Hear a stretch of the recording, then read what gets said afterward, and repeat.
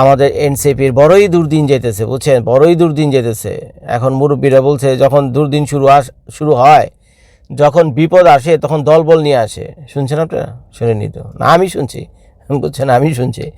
যখন কেউ বিপদে পড়ে, বিপদ কখনো একা আসে না, বুঝছেন। বিপদ বালা মুসিবত কখনো একা আসে না, দলবল নিয়ে আসে। তো যার ফলে একের পর এক বালা মুসিবতে চূর্ণ বিচূর্ণ হয়ে গেছিল আমাদের এনসিপি, চূর্ণ বিচূর্ণ হয়ে গেছে।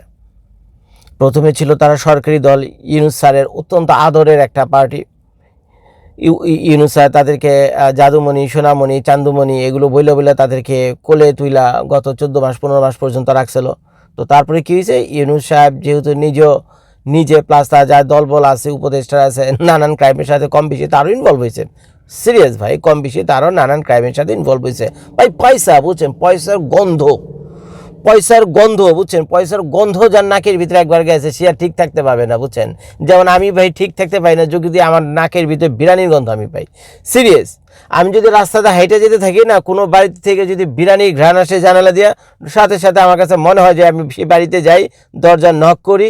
যদি কোনো ভাবি দরজা খুলে, তাহলে তাদেরকে বলি যে ভাবি আপনি মনে হয় বাসায় বিরিয়ানি রান্না করতেছেন, দেন একটু 2টা বিরিয়ানি দেন, খাওয়া যায়, বুঝছেন, দোয়া করুন আপনার জন্য।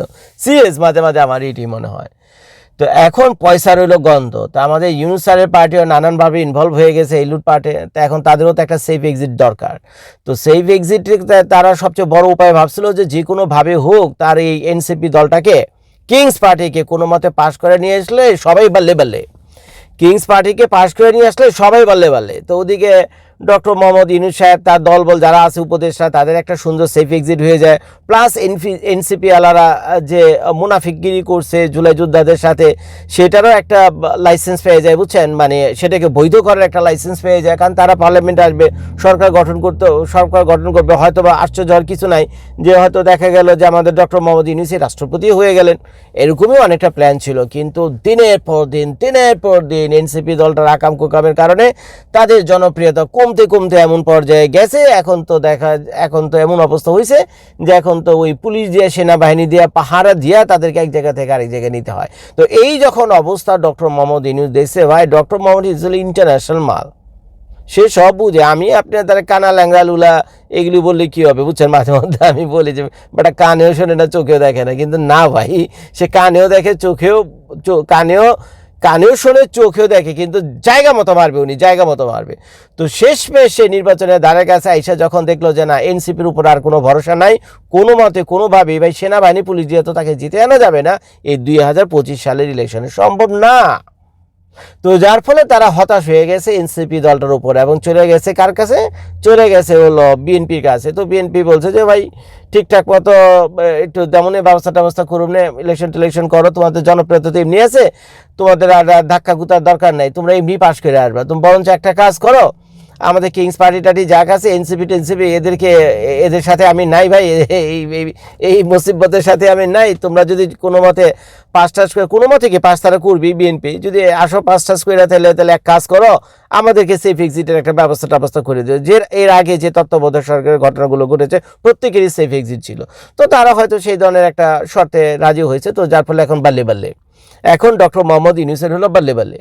তো এখন ডক্টর মোহাম্মদ ইউনূস মহাফুর্তিতে আছে, কিন্তু ওদিকে হাগামোতা বন্ধ হয়ে গেছে এনসিপির। একের পর এক উইকেট পড়ে যেতেছে। তাবাসসুম চলে গেল, যারা চলে গেল, তারপরে আরও মানে শীর্ষস্থানীয় যত নেতারা আছে তারা চলে যাচ্ছে। মাহফুজ আলম, যে কিন্তু এনসিপি দলের কোনো সদস্য না, কিছু না, কিন্তু তাকে কিন্তু এনসিপি দলের প্রত্যেকটা মিটিংয়ে কিন্তু কম বেশি তাকে দেখা যেত এই ইসের সাথে, হাসনাতের সাথে, সাজেসের সাথে, তারপরে নাহিদের সাথে দেখা যায়। এদেরকে সব সময় এই মাহফুজ আলমকে দেখা যায়। তার মানে সে দলের সদস্য না হইলেও, এনসিপি দলের কোনো সদস্য না হইলেও সে কিন্তু একজন কট্টর সমর্থক।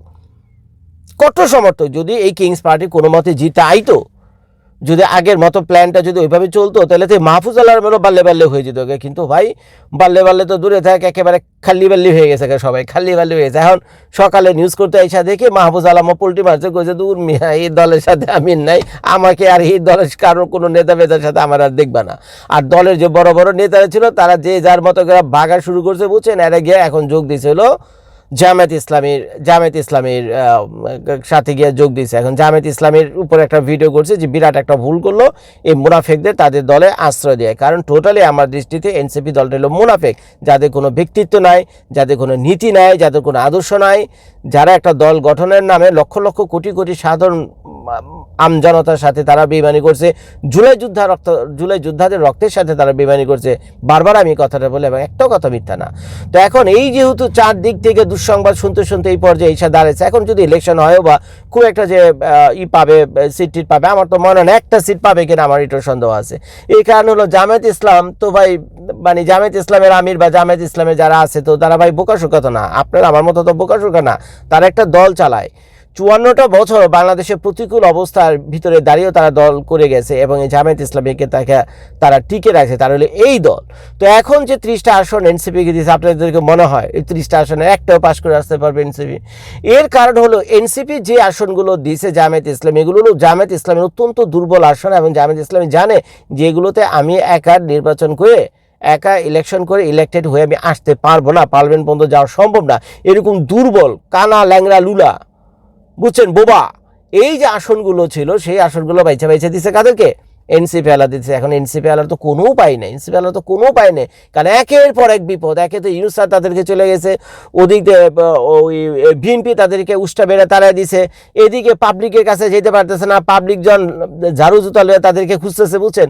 তো এখন যাইবোটা কই? এখন তাদের যদি বাঁচতে হয়, তারা যে হারাম কামাইছে এত বছর সেটাকে হালাল করতে হয়, তাহলে তাদেরকে কি করতে হবে? অন্তত সরকারি দলে না যেতে পারলেও বিরোধী দলে থাকলেও কোনো মতে গায়ের চামড়াটা তো বাঁচবে, এই চিন্তা করে তারা জামায়াতের সাথে যোগ দিয়েছে। তো এখন ভাই যে কারণে আসলে ভিডিওটা করার সেটা এখনো বলা হয়নি, সেটা হলো এখনই বাল্যে করার উপযুক্ত সময় বুঝছেন, এখনই এনসিপিকে বাল্যে করে দেওয়ার মতো উপযুক্ত সময়। তো আওয়ামী লীগের ভাই যারা আছেন এতদিন মাইর খেয়েছেন, আওয়ামী লীগের ভাইয়েরা যারা আছেন এতদিন বাইর খাইছেন, আপনাদের উপর কম নির্যাতন হয়নি। দুদিন আগে আপনারা ছিলেন নির্যাতনকারী, আপনাদের বিরুদ্ধে ভিডিও করতাম যে আওয়ামী লীগ, ছাত্রলীগ, হাতুড়ি বাহিনী, হেলমেট বাহিনী খুবই খারাপ। কিন্তু পরবর্তীতে আপনাদের চলে যাওয়ার পর আমরা ভাবছিলাম যে ভালো কিছু হবে, ঠিক আছে, উত্তর তো হয়নি। উল্টা আপনাদের পরিবর্তে যারা আছে এরা তো দিকে আরও খারাপ, আরও ডেঞ্জারাস। এবং আপনারা কি করছেন? তো তারা আর তিন গুণ চালাইছে, তো আপনাদের উপরে হয়েছে। তো এখন ভাই আপনারা যে পরিমাণ অত্যাচারিত হয়েছেন আর আপনাদেরকে যে পরিমাণ হয়রানি আর কষ্ট দিছে এই এনসিপি বুঝছেন, আর আওয়ামী লীগের কিন্তু সবচেয়ে বড় টার্গেট গেল এনসিপি বুঝছেন। আওয়ামী লীগের টার্গেট কিন্তু জীবনও হবে না, জামায়াত হবে না, আওয়ামী লীগের টার্গেট জীবনও বিএনপি হবে না বুঝছেন। আর বিএনপি আর আওয়ামী লীগ দুইজন যে ভাই হয়ে যাবে 2 দিন পরে, সেটার ভিডিও আমি 2-1 দিন পর আপলোড করবো না, আপনারা দেখে নিন, সেটা একটা মজার কাহিনী। কিন্তু আজকে এইখানে এটাই বলি শেষ করে আর কি, সেটা হলো তো এখন যেহেতু এনসিপি ডাইনে ভাই কিছু না, এনসিপি পাশে আমাদের ইউনুস স্যার নাই, বিএনপি নাই, জামায়াত থাইকেও নাই, জামায়াত বাঁচাতে আসবেন এনসিপিকে জীবনও। তো যার ফলে এতদিন আপনাদের আওয়ামী লীগ ভাইদের যাদেরকে না দৌড়ের উপরে রাখছিল এনসিপির ভাইয়েরা বুঝছেন, তো আওয়ামী লীগের এখন ঘুরে দাঁড়ানোর সময় বুঝছেন, আমার তো মনে হয় 2-4টা চামড়া তো তোলা যেতেই পারে, কি বলেন আপনারা? আমি কিন্তু আওয়ামী লীগের সাপোর্টার না, বইকের নামে আওয়ামী লীগের ফেসিলিটি, আমি অন্যায়ের বিরুদ্ধে।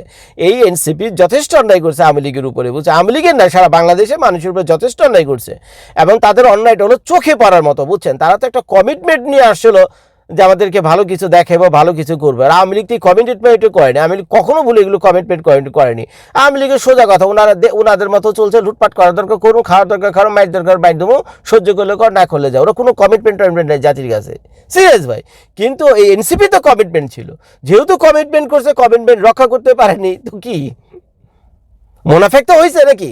তো এখন আমার মনে হয় এটা জায়েজ 2-4টা মুনাফেকের গায়ের চামড়া তুলে ফেলা বুঝছেন, এটা জায়েজ। আকার ইঙ্গিতে বললাম, আর বেশি কিছু বললে ফেসবুক ইউটিউবে কমেন্টে গাইডলাইন খেয়ে যাবে বুঝছেন। এই 2-4টার গায়ের চামড়া তুলে ফেলা জায়েজ, এগুলো ব্যাপার না, এটা হতেই পারে বুঝছেন, 2-4টার বাটে ফেলান হতেই পারে এটা। তো এই অবস্থা। তো ভাই এনসিপি এখন পুরো দৌড়ের উপরে উঠছে, বা আপনি কিন্তু আবার খুন খারাপের কথা কইতেছে না বুঝছেন, এগুলো করে আবার মিসগাইডেড হয়ে না, আমিগুলো ওই চামড়া তুলের কথা বলছি। আর বাংলাদেশের চামড়া তোলা মানে অর্থ তো বুঝেন তো, বাংলাদেশে কেউ কারের চামড়া তোলা মানে ওই যে লাঠিতে 2-4টা বাড়ি দেওয়া আর কি, এছাড়া বেশি কিছু না।